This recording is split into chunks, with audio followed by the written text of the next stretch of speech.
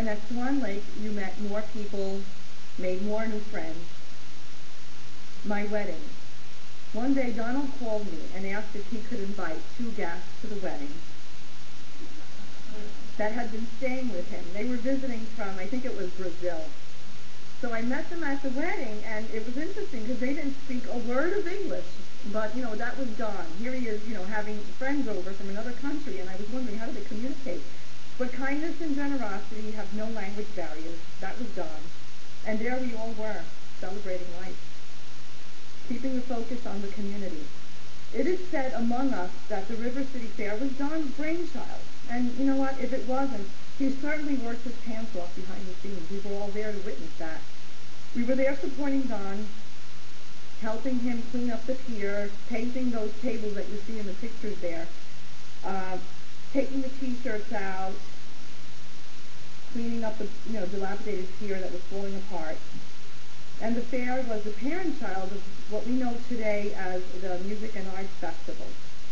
Before all of what it is today, it all started out there on that old pier. The vision of space near the river for the people. Recently, before his death, Deacon in Georgia arranged to have Don visit Hoboken.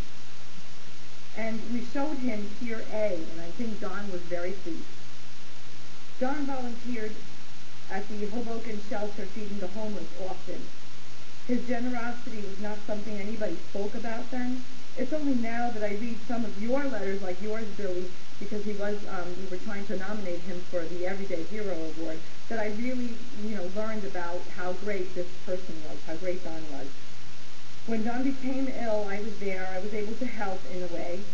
And to Don, it was very comforting, and he never ceased to thank me for that. So I believe that we are placed in people's lives for a reason. They were tough times for Don, but we were there for him when it mattered.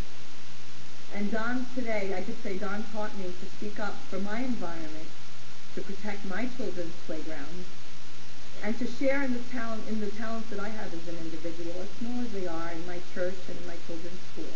And thank you, Don, for being a part of my life.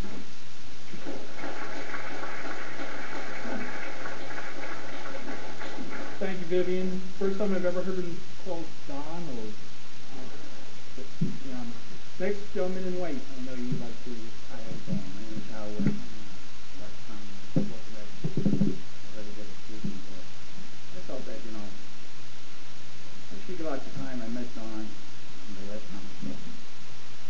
And the first time I met him was actually during the beginning of the portrayal play, which was big at the time because a friend of mine, Patrick Jew, my phone. A friend of mine in Hoboken, Patrick Jew, was actually doing a traveling company before he replaced Ben Green on Broadway. And I was big into it, New Orleans music, all that. So I heard about them. I heard rehearsing at a church on Clinton Street, and the top one night. And I think that night changed my life because I met my soulmate that night, and actually got me.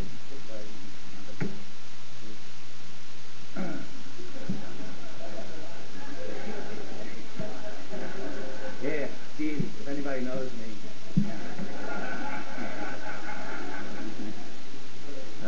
But he loved us all. But, and actually, it turned out great. I felt a little bad taking the part away from the kid that was originally doing. Not to put him down, but his voice needed to be powerful. And I played in the band for many, many years.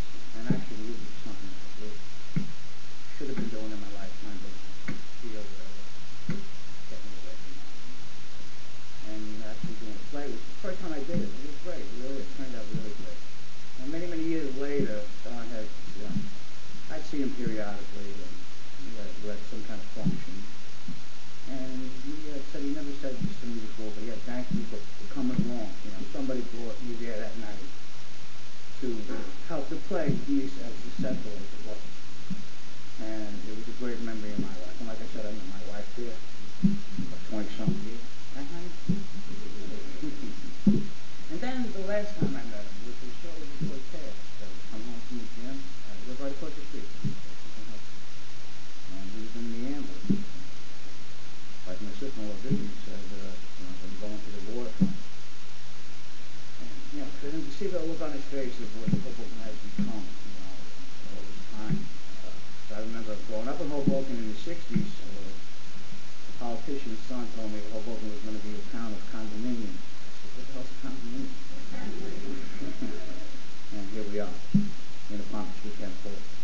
But, you know, he was just a great man. And that day at the park, we took him to the park, and just to see his face and see what it was. I see it was part of what he wanted. I don't think it's all of what he wanted. It's just big vision getting over it.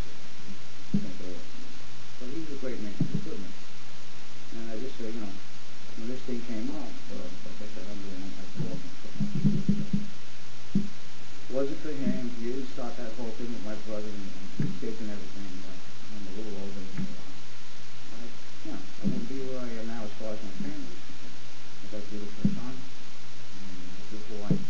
He was a great man.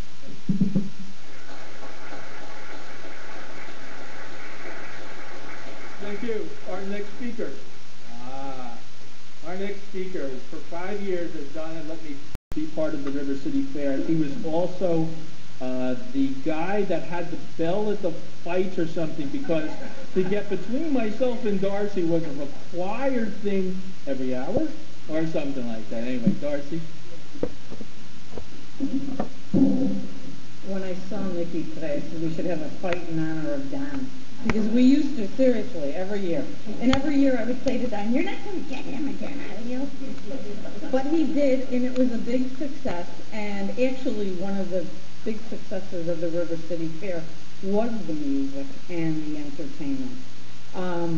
You know, to those of you who went and worked on it, and for those of you who didn't, I mean, we used to get Julio from Spyro Gyro and Don Carter's jazz group. I mean, these people were professional musicians. And they would fight to come and play at this fair on this crappy piece of land that we used to have to go pull weeds. And is Helen Minogue here today? Okay. I will say this to those of you who are here. We would go and we would do the work, and Don would get these people together, and he would negotiate between the arguments and everything. Very, very humble man, never took any credit. And one of the things that used to make me mad, and I would argue with him, is Helen would get up as the chairperson of the River City Fair and take all the credit. And she hadn't pulled one weed. Okay, that's what used to make me very angry. Right? No, it was, she knew.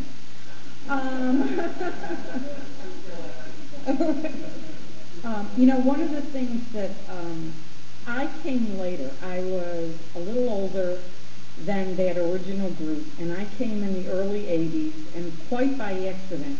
I was looking for a home, I was looking to get involved, and I don't know how many of you remember Graciela? Okay. I attended a community meeting at the church down on 9th, and I had met Graciela, and she said, oh, if you want to get involved, I'm going to introduce you to these two guys. And it was Don Cotter and Bob Corman, okay? And I don't know why that night I just didn't get up and walk away. Because they didn't even know me, and they were cracking on me, they were making jokes, and only abusing me as only they could. But I got involved, and I got brought into this family or this group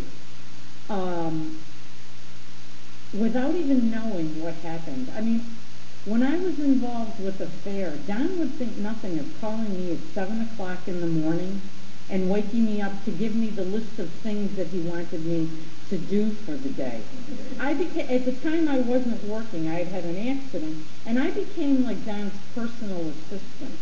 He would give me a list of things, Barbara also. But one of the things, and Junior just mentioned it, and it's something that I don't know if people know about, was the shelter, feeding the shelter. One of the things that we had done was the first time we brought the Pete Seeger's boat to Clearwater in, we had done hot dogs. And Don called me up a couple of days after that because we had a lot of hot dogs left over.